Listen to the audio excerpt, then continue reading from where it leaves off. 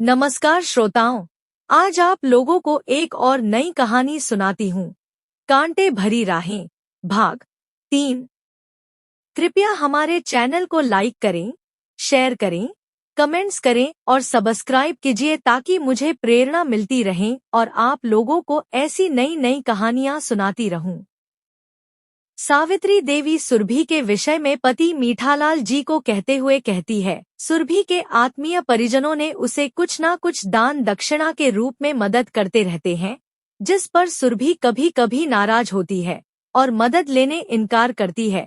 उसका कहना भी सही है, आत्मीय परिजनों के दान दक्षिणा पर किसी भी तरह परिवार तो चल जाती है, मगर ऐसा कब तक चलेगा। बेटा सुबोध को बहुत कहती हूँ कि कोई भी काम कर ले, चाहे चाय की दुकान कर, चाट की दुकान कर, या तो किसी मिठाई की दुकान या कोई होटल में काम कर ले ताकि तुझे कुछ तो पैसे मिल जाएंगे।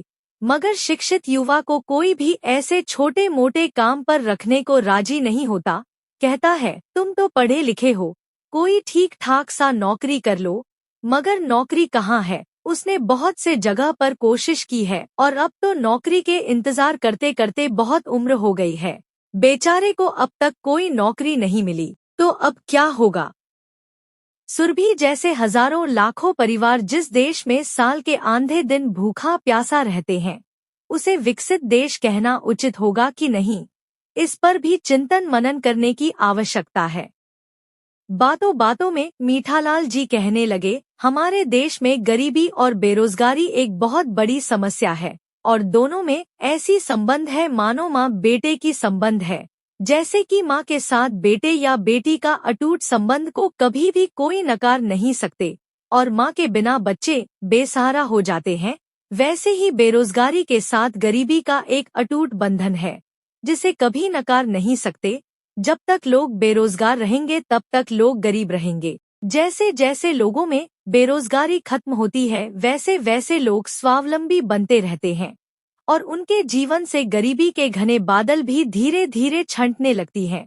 और इतिहास गवाह है कि बेरोजगार और गरीबी उन्मूलन की बातें कहकर हमारे देश में सफेद पोश और गले में पट्टा डालकर घूमने वाले जो दिन में 50 बार नए नए पोशाक पहनकर लोगों को लुभाने की कोशिश में रहते हैं, उन लोगों में गरीबी उन्मूलन करने की मानसिकता कतई है कि नहीं, संदेह है, क्योंकि अगर ऐसा ना होता तो कोई सालों से हमारे देश में बेरोजगारी की आलम इस कदर हावी न होती। जो सफेद पोस लोग रोजगार दिलाने की बांदे करके सत्ता में आए थे, वो लोग चंद पूंजीपतियों के झोली भरने की अलावा गरीबी उन्मूलन के लिए कोई ठोस काम किए हैं, ऐसा तो नहीं लगता।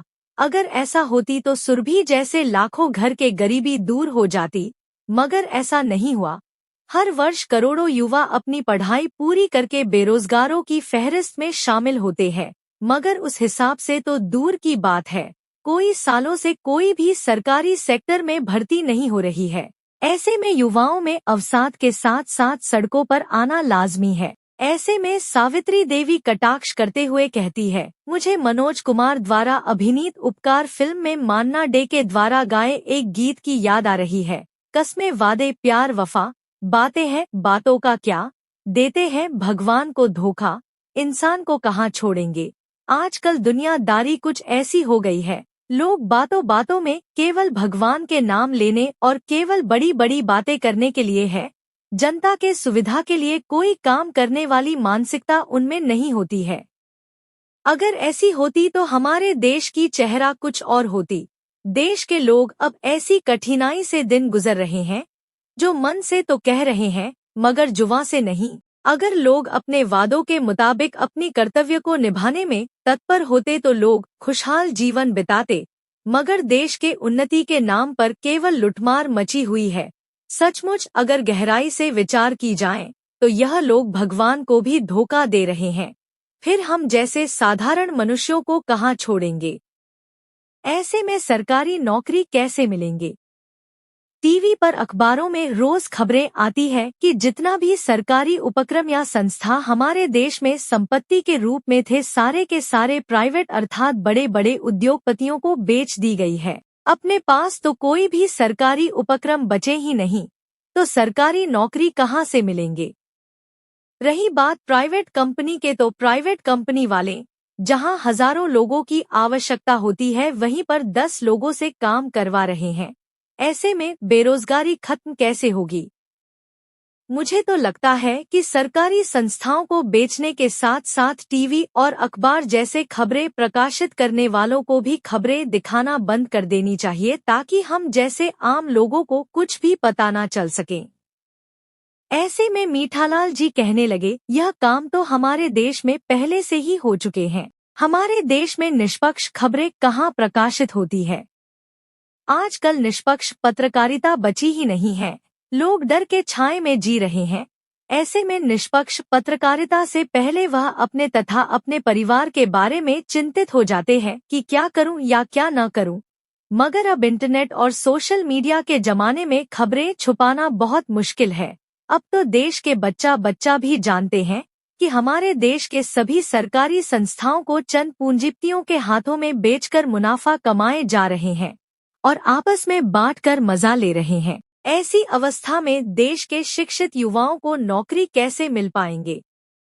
बात केवल विनीता के बेटे श्रीकांत या सुरभि के बेटे सुबोध की नहीं है। आज चारों ओर हाहाकार मची हुई है। लोगों के घर के बच्चे, लोग बेरोजगार हैं। आंधे वक्त भूखे रहकर दिन गुजरने को मजबूर है, इस उम्मीद के साथ कि भगवान राम जी आएंगे और हमारे दुखों का निवारण करेंगे। समाप्त। कहानी के अगले भाग के लिए हमारे साथ बने रहिए। धन्यवाद।